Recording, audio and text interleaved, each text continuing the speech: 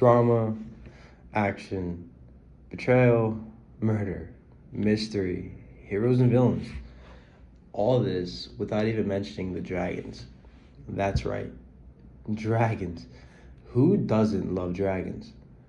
There's a reason it's one of the most popular shows in the world. Everyone wants a show they can binge too. Game of Thrones has a total of 8 seasons. Have work or school or can't even find any kind of time to watch them? That's fine. Take some time to get to know the Lannisters and the Starks and all the other royal families as they fight against each other and encounter new obstacles in the magical place of Westeros. Without giving too much away, Game of Thrones has the finest plot in any TV show because audiences instantly become immersed in a vast and epic world without ever losing sight of the memorable characters that populate it. Fun fact to keep in mind when watching it is the writer George Martin actually admitted at one point that the design for Westeros is inspired by an inverted map of the UK and Ireland, which kind of helps to relate to the audience in just a bit that it's a little realistic. You can fall in love with the characters as the show goes on, and what makes it great is Game of Thrones has a character for everyone. The characters to choose from are extremely vast. You might go from a kid who's disabled in the first episode to people who betray their family like it's nothing. Whatever suits you. The production of Game of Thrones is second to none. The budget for each episode reaches new heights, and it's kind of like watching a movie every episode. At this point, Game of Thrones can no longer be categorized as just a TV show.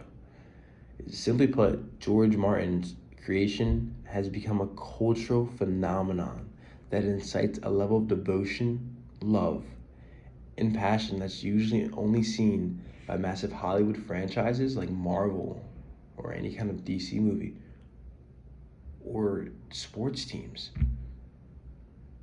Every week, people stop their daily lives because they're absolutely addicted to find out what happens next on Westeros. If you want further proof of its popularity, over 3.6 million people tuned in just to find out about the premiere date for the last season.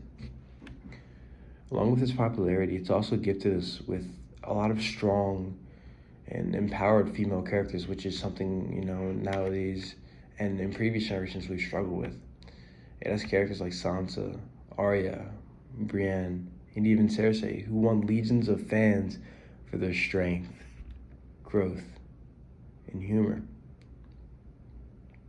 Along with that, Game of Thrones has left us with some memorable TV scenes within only the first few episodes. From Jaime pushing Bran out of the window at the end of the first episode when he saw something he wasn't supposed to Ned Stark's beheading, which left the audience to gasp. And Dany emerging from flames with 3 baby dragons. Isn't that an exciting first season? Its counterpart, though, however, is just as influential. The Walking Dead isn't far behind when it comes to popularity or even the characters. In The Walking Dead, the characters are just as likable as the Game of Thrones. The characters never cease to amaze the audience, whether that be for a few seasons or even a short 2 episodes. Every character leaves a lasting impact. If you're a nerd like me, then you appreciate the science behind things. And The Walking Dead is pretty good at explaining it to a point where I was kind of in awe. In the show, they describe this zombie virus as a space spore that kind of genetically modifies the person. And the science behind it isn't too realistic, but it's enough to where it's believable while watching the show. Also helps with getting into character and appreciating the cast in general. Walking Dead's also good at other things. For example, they're really good at getting rid of significant characters. And that sounds pretty wild because getting rid of significant characters is something that most shows try to avoid. Outside of being fired or an actor wanting to quit, it's pretty rare to see main characters get written out of the show. The reality is that most shows couldn't survive without their most significant characters. However, The Walking Dead has never had that problem. Over the years, the series has shown viewers that any character is fair game. For example, Officer Rick Grimes was the main character for the first 9 seasons of the show. There was a time when it was hard to imagine The Walking Dead without Rick, but the show is still doing fine without him, although there's no denying that his presence is missed. A big thing with The Walking Dead is it's based on the comic books, and The Walking Dead comic books are some of the most beloved and successful comics out there. With over 150 issues to date, Robert Kirkman, the creator and writer, has made a fortune from his creation and constantly collaborates with and guides the writers of the TV show. There's no doubt that the comics are a great feat in and of themselves. With such strong source material, it would honestly be pretty hard to mess up the TV adaptation. But the show's writers have not been intimidated by the success of their own source material. They've been able to construct deep, exciting storylines, bringing life to the black and white panels of the comics.